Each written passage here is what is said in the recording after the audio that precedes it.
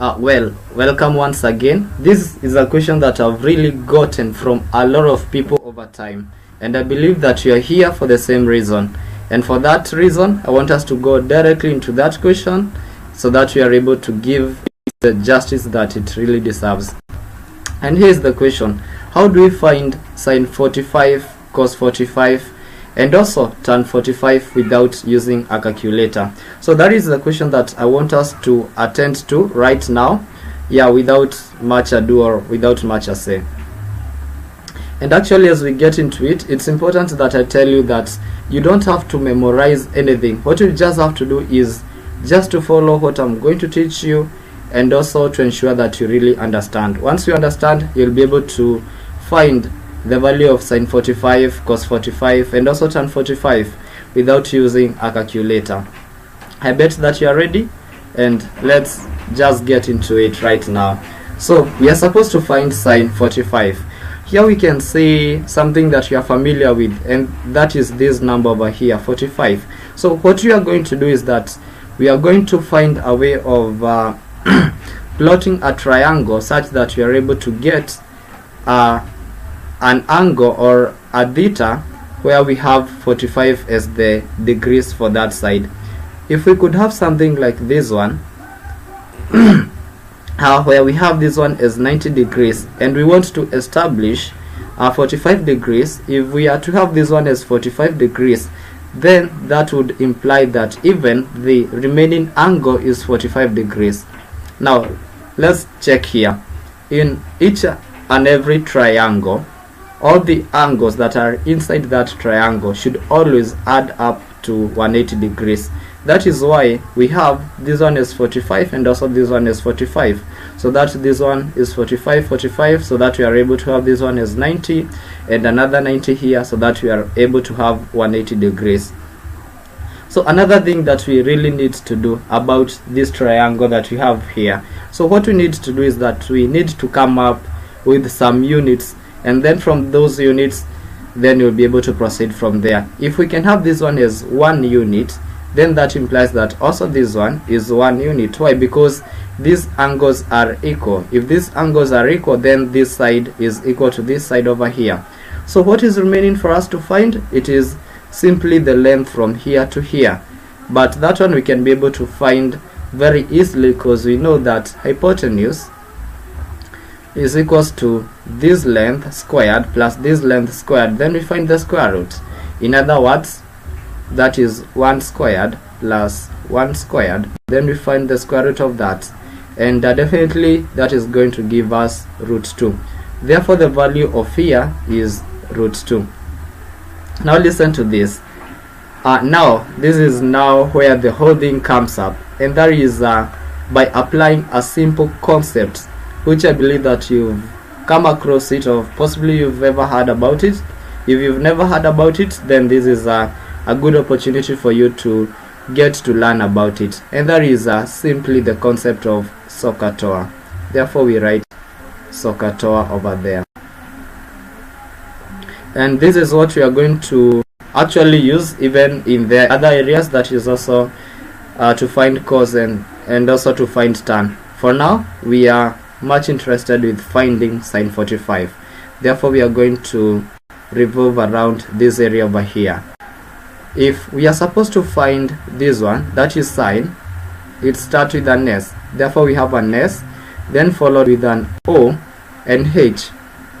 You may be wondering what this represents. O is for the opposite, and then we have H for the hypotenuse.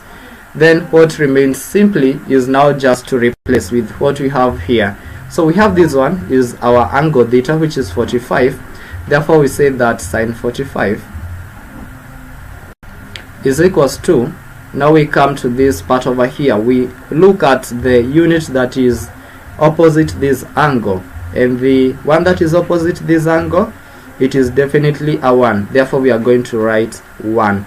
Then we check at hypotenuse. Hypotenuse is root 2. Therefore sine 45 is equals to 1 over root 2. However, and actually this is actually equally important, it is advisable that you rationalize the denominator, and the way that we do that is that we multiply multiply by root 2 both at the numerator and also at the denominator. Once we have that one, we have 1 times root 2, that is giving us root 2, and finally we have root 2 multiplied by root 2, that is definitely going to give us a 2. Therefore sine 45 is equals to root 2 over 2, and also if you wish you can also write it as a half into brackets root 2. I believe once you have that one, you can be able to work out the others, that is cos 45 and also tan 45. I believe that is quite easier for us because we've now been able to work out this one, sine 45. Yeah, just to confirm that this is also what you are getting as you work out that, we've said that what you are supposed to have is this triangle. It is the one that is going to guide us all through. And we said that this one is 1, this one is 1, this one is root 2. And then again, remember that we are deriving it from SOH CAH TOA. Therefore, to get the cos, we use this one, the middle terms that are here. That is cos is equals to adjacent of hypotenuse. What is the adjacent of this bit over here? Adjacent is this one, that is 1, and the hypotenuse is root 2. So you realize that cos 45, it will be equivalent to sine 45, which is also equivalent to 1 over root 2, which is also equivalent to a half root 2, like that. Well, once we have that one, we can now finally find tan 45. Let's see whether it is going to give us something similar to that. So we have it right there. So we have this one is our angle 45 over there. We have 1 1, then root 2. Yeah, I'm repeating this so that it can sink into your mind, so that you know, once you get used to see something, that's how it gets to sink into your mind. And remember that now we are still using SOH CAH TOA. But now for this part, we are now interested with tan. Therefore tan is equals to opposite of adjacent. Our opposite is right here, that is 1, and adjacent is 1. Therefore that implies that tan 45 will be equivalent to 1 over 1, which is 1. And once you have that one, then you are able to find the solution for that. And actually that is how you are supposed to solve about that. That is exactly how you are supposed to work about that.